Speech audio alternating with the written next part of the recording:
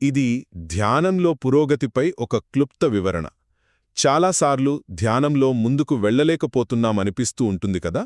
ఒక ధ్యాన శిబిరంలో ఒక అనుభవజ్ఞుడైన భిక్షువు మనస్సును ఎలా సూక్ష్మంగా మార్చాలి, పరధ్యానాన్ని ఎలా జయించాలి అనే దానిపై కొన్ని అద్భుతమైన సలహాలిచ్చారు. సరే, మొదటిది మన శ్వాసను గమనించే విధానం. మీరు ధ్యానం చేస్తూ ఉన్న కొద్దీ మీ శ్వాస చాలా సూక్ష్మంగా, నెమ్మదిగా మారుతుంది.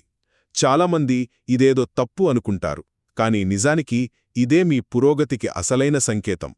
శ్వాస ఎంత సూక్ష్మంగా మారితే మనసు అంత ప్రశాంతంగా, మీ ఏకాగ్రత అంత పదునుగా మారుతుందన్నమాట. ఇక రెండవ కీలకమైన విషయం, శ్వాస దాదాపుగా ఆగిపోయినట్టు అనిపించినప్పుడు ఏం జరుగుతుంది?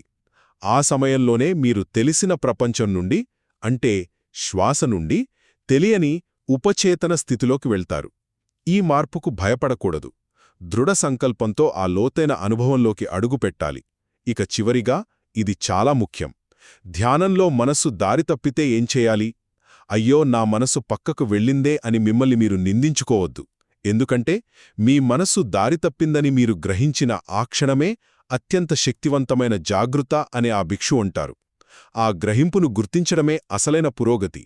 కాబట్టి ధ్యానంలో పురోగతి అంటే సూక్ష్మమైన శ్వాసను గమనించడం, తెలియని స్థితులను ధైర్యంగా అన్వేషించడం, ఇంకా పరధ్యానాన్ని కూడా జాగృతగా మార్చుకోవడమే.